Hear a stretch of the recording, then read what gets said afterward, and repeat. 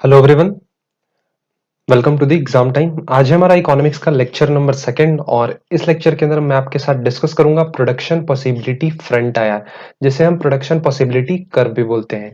I hope आपने हमारा previous lecture देखा होगा, उसमें मैंने आपके साथ basic concept of economic discuss किया था और कुछ मैंने आपको बेसिक प्रॉब्लम्स भी बताए थे जो कि हर एक इकोनॉमी को फेस करने पड़ते हैं। तो हम आज अपने इस लेक्चर को कंटिन्यू करते हैं, जो कि आज हमारा टॉपिक है प्रोडक्शन पॉसिबिलिटी फ्रंट आयर।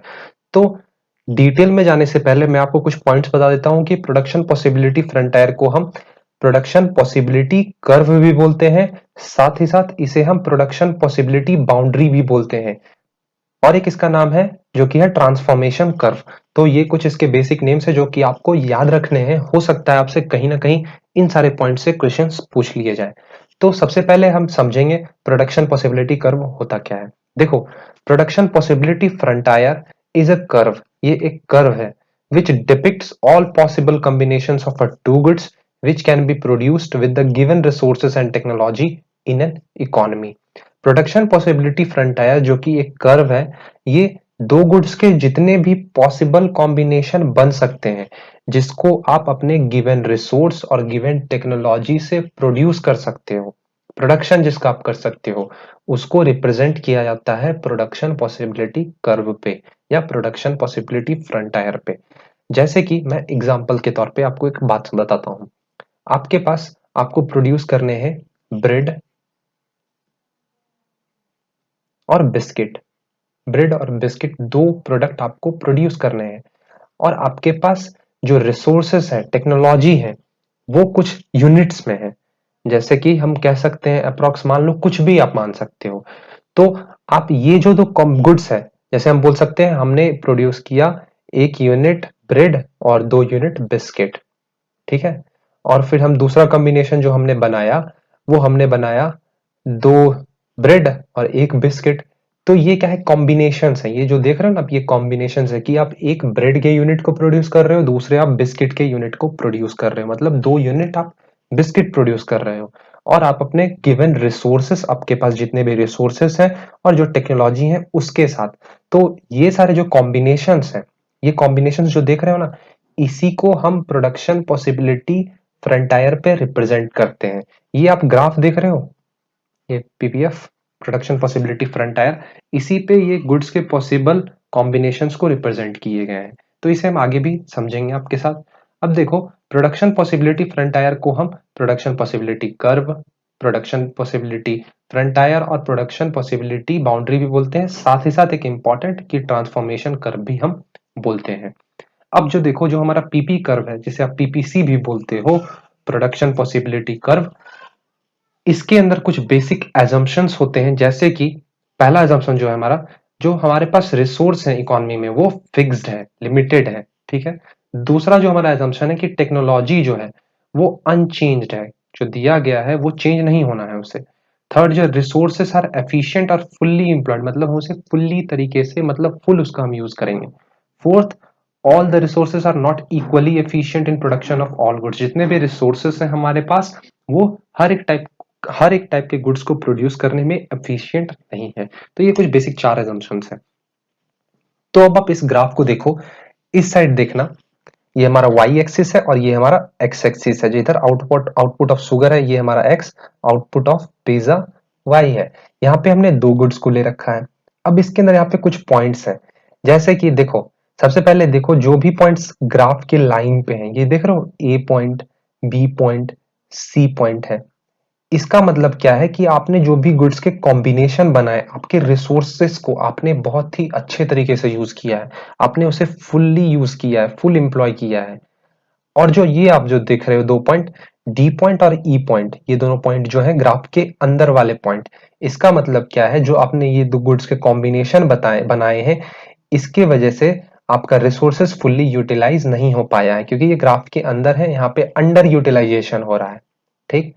और जो आप जो देख रहे हो पॉइंट एफ, जो कि प्रोडक्शन पॉसिबिलिटी कर्व के बाहर है, इसका मतलब है अनअटेनेबल सिचुएशन, मतलब आपके पास इतने रिसोर्स ही नहीं है जो कि आप इस बाउंड्री के बाहर जाके अटेन कर सकते हो। मतलब अचीव कर सकते हो। तो ये पूछे तो नहीं जाते हैं, लेकिन होता है ना कि कंसेप्चुअल क्लैरिटी लेनी चाहिए हर एक चीज की, रटना नहीं है हमें, तो इसीलिए मैंने आपको ये बता दिया। तो आई होप आपको इतना क्लियर हो गया होगा। अब देखो, concept of opportunity cost has occupied a very important place in economics. Modern economics have used the concept of opportunity cost in allocation of resources besides other field. Since opportunity cost means opportunity lost, ठीक है। अब यहाँ पे इसे समझते हैं हम कि व्हाट इज गिवन अप और getting something is called opportunity cost. Opportunity cost हम सिंपली कह सकते हैं, क्या होगा आप लोग जानते होंगे कि अपॉर्चुनिटी कॉस्ट होता क्या है, क्योंकि आपने ये सब बेसिकली अपने क्लास 11th में पढ़ रखा है, जो बहुत पहले पढ़ते थे, मतलब जिनका गैप होगा 1-2 साल का, उन्होंने इसे अपने क्लास 12th में पढ़ा होगा। ठीक, for instance theoretically if a consumer has forgot 2 cups of T for getting 1 glass of orange juice. Opportunity of 1 glass of orange juice will be 2 cups of tea. Thus, opportunity cost of any commodity is the amount of other goods which has been given up in order to produce that commodity. अब मैं आपको opportunity cost का मतलब समझाता हूं।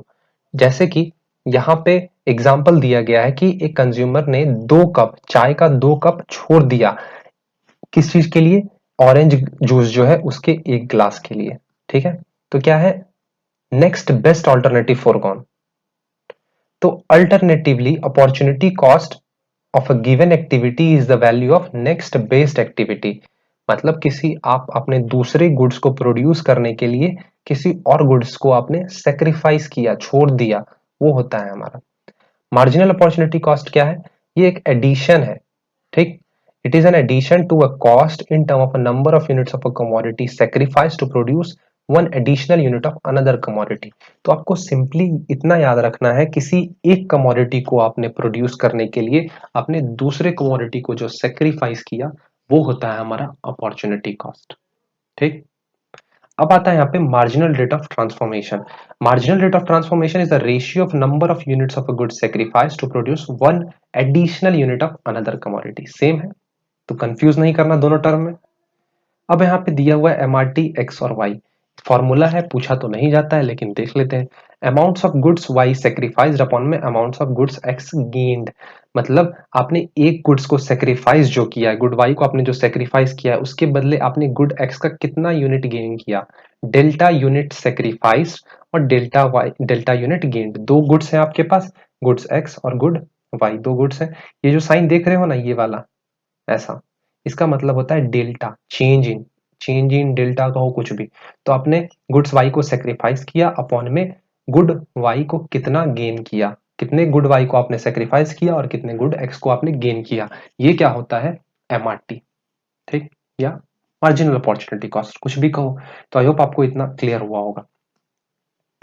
अब आ जाते हैं, हम कैरेक्टरिस्टिक्स देख लेते हैं, फीचर्स देख लेते हैं और प्रॉपर्टीज देख लेते हैं प्रोडक्शन पॉसिबिलिटी कर्व के।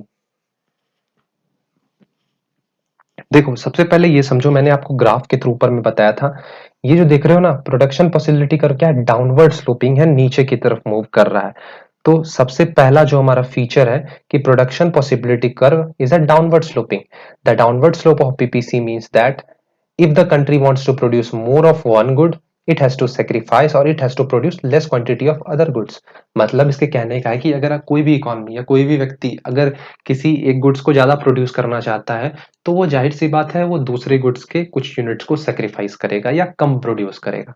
ठीक, पीपीसी जो होता है वो कनकेव होता है to the point of origin. यहां से आपसे क्वेश्चन पूछा जा सकता है, ये शेप आपने देखा होगा अभी मेरे साथ, ये क्या है, कनकेव टू दी ओरिजिन।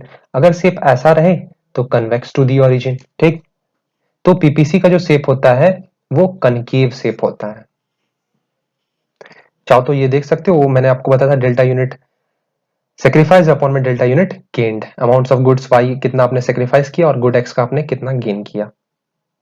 अब एक पॉइंट देखो यहाँ इंपॉर्टेंट है, पूछा जाता है पीपीसी का स्लोप क्या है, तो आपसे पूछा जाए तो बोल देना मार्जिनल रेट ऑफ ट्रांसफॉर्मेशन या मार्जिनल अपॉर्चुनिटी कॉस्ट, दोनों ही सेम है। पूछा जा सकता है कि स्लोप पीपीसी का क्या होता है।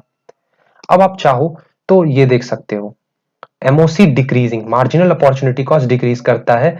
जब मार्जिनल अपॉर्चुनिटी कॉस्ट हमारा डिक्रीज करेगा या मार्जिनल रेट ऑफ ट्रांसफॉर्मेशन जब हमारा डिक्रीज करेगा, तब जो हमारा पीपीसी है वो कन्वेक्स टू दी ओरिजिन हो जाएगा। ठीक, ऐसा ये देख रहे हो कन्वेक्स टू दी ओरिजिन है।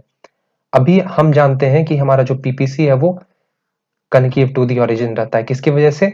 मार्जिनल रेट ऑफ ट्रांसफॉर्मेशन की वजह से। ये पॉइंट क्या है? इंक्रीज करता है, इसी की वजह से ये कनकेव होता है। अगर ये डिक्रीज करने लगे तो एमआरटी अगर डिक्रीज करेगा तो ये कन्वेक्स टू दी ओरिजिन हो जाएगा। और वही हमारा एमआरटी कहो या मार्जिनल अपॉर्चुनिटी कॉस्ट कहो, अगर ये कांस्टेंट रहता है, मतलब एक लेवल पे रहता है, तो जो हमारा पीपीसी होगा वो कांस्टेंट होगा। ठीक है, ये आपको शेड्यूल देखने की जरूरत नहीं है, आप लोग से ये नहीं पूछा जाएगा, मैंने आपको क्लैरिटी के लिए ये दिखाया है। अब कुछ वर्ड्स हैं जो कि मैटर करते हैं, जहां से आपके एग्जाम में क्वेश्चंस पूछे जा सकते हैं। तो सबसे पहले देख लो इकोनॉमी क्या होता है। इकोनॉमी एक सिस्टम है which provides people with the means to work and earn living. मतलब समझ गए हो कि व्यक्ति को काम प्रोवाइड करना किसी भी देश में, किसी भी नेशन में, और जिसकी वजह से वो अपने जीवन व्यतीत कर सके। इकोनॉमिक्स क्या है? Economics is about studying economic problem. Economic problem मैंने आपको बताया, तीन इकोनॉमिक प्रॉब्लम्स होते हैं, किसकी वजह से अराइज होते हैं? वो लिमिटेड मीन्स, लिमिटेड रिसोर्सेज की वजह से होते हैं। Economic problem is a problem of choice involving satisfaction of unlimited wants out of limited resources having alternative uses. Economic problem क्या है? प्रॉब्लम ऑफ चॉइस है, जो कि किसकी वजह से अराइज होता है? लिमिटेड रिसोर्स की वजह से अराइज होता है। और लिमिटेड रिसोर्सेज हमारे इकोनॉमी में अल्टरनेटिव यूजेस के लिए लिए जाते हैं। स्कैरसिटी भी आप समझ गए होंगे कि रिसोर्सेज जो होते हैं हमारे इकोनॉमी में वो लिमिटेड होते हैं, उसके हम सप्लाई को फुलफिल नहीं कर पाते हैं। अब आता है सेंट्रल प्रॉब्लम। हर एक इकोनॉमी का तीन सेंट्रल प्रॉब्लम होता है, what to produce, how to produce, for whom to produce. ठीक, इसे मैं बार बार नहीं समझाऊंगा। व्हाट टू प्रोड्यूस में आता है किस टाइप का गुड्स आप प्रोड्यूस करोगे। हाउ टू प्रोड्यूस में मतलब आता है कि आप कौन सा मेथड यूज करोगे। फॉर होम टू प्रोड्यूस किस सेक्शन के लिए आप प्रोड्यूस करोगे, इकोनॉमिकली पुअर या इकोनॉमिकली रीच। अब यहाँ पे दिए हुए प्रोडक्शन का मतलब क्या होता है? प्रोडक्शन का मतलब है ये एक प्रोसेस है जिसमें अपने हम रॉ मटेरियल को फिनिश्ड गुड्स में कन्वर्ट करते हैं। कंजम्पशंस भी आप समझ सकते हो कि जो भी कंज्यूम गुड्स कंज्यूम किए जाते हैं ह्यूमन वांट्स को सेटिस्फाई करने के लिए, उसे हम कंजम्पशन बोलते हैं। पीपीसी मैंने अभी आपको जस्ट बताया, अपॉर्चुनिटी कॉस्ट भी मैंने आपको जस्ट बताया, तो इन सबको आपको याद रखना है। मार्जिनल अपॉर्चुनिटी भी मैंने बता दिया, एमआरटी भी बता दिया, माइक्रो इकोनॉमिक्स भी बता दिया, और मैक्रो इकोनॉमिक्स भी मैंने आपको बता दिया। तो हमारा इंट्रोडक्शन यूनिट खत्म हो गया। 2 लेक्चर में हमने इंट्रोडक्शन यूनिट को खत्म कर लिया। नेक्स्ट लेक्चर से मैं आपके साथ स्टार्ट करूंगा कंज्यूमर इक्विलिब्रियम। इन सबको आपको अच्छे से लर्न कर लेना है, और इस पे कुछ क्वेश्चंस भी मैं आपको प्रैक्टिस करवा दूंगा, जिससे आप फुल्ली सेटिस्फाई हो जाओगे। और आई होप आपको मेरे लेक्चर्स अभी तक पसंद आ रहे होंगे। मैंने आपको बहुत ही अच्छे तरीके से मैं आपको समझा रहा हूँ। नेक्स्ट लेक्चर में हम कंज्यूमर इक्विलिब्रियम के साथ डील करेंगे, और उसको भी हम ऐसे ही समझेंगे जैसे हमने फर्स्ट यूनिट को कवर करा अपने इकोनॉमिक्स के अंदर। तो मिलेंगे अगले लेक्चर में। कोई भी डाउट हो जरूर से जरूर बताना, कोई भी सजेशन हो वो भी बताना। मिलेंगे अगले वीडियो में, तब तक के लिए थैंक यू और बाय।